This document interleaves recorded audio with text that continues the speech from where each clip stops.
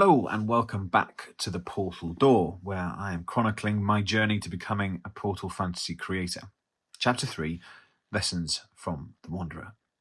I'm continuing my reviews of Portal fantasy books. Between Neverwhere and this book, I went and started the Dark Tower series by Stephen King. I read nearly 3 of them, and they were really good, and I was loving them, but then they just became a bit too unhealthy for me to consume, so I had to stop. The same with a book by Clive Barker called Weave World. Extremely well written, but just the events I just couldn't continue exposing my mind to. So I've really read about 2 to 3 books that aren't going on my recommendation list. This book is similar.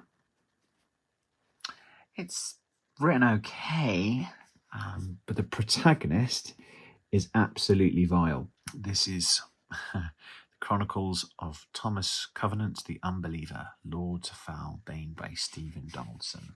And Lord Thomas Covenant the Unbeliever doesn't really get any better as the story goes along, even though I thought that his horrendous act at the beginning of the book would cause the writer to take him on a redemption arc. And even though he tries a little, I thought by the end that Thomas was just as insufferable than when the story started. But this has been a learning journey for me. It's really shown me what I don't want to include in my creations and things I do. The storytelling and likeable characters are really important. At least for me, I want to have at least one character I would want my audience to root for. So I would skip this book. Learning from my wandering here, and if you have strong morals around sexual violence, I would steer clear of the Dark Tower series and Weave World. And this one. Just because it's in a fantasy world doesn't make it have any less meaning or significance. Well, we can learn from the good and the bad, even in fantasy worlds, which is why I love stories. And the good thing about stories is that we can choose to put the bad ones down. See you for chapter 4. And if you are enjoying the journey here, you know what to do.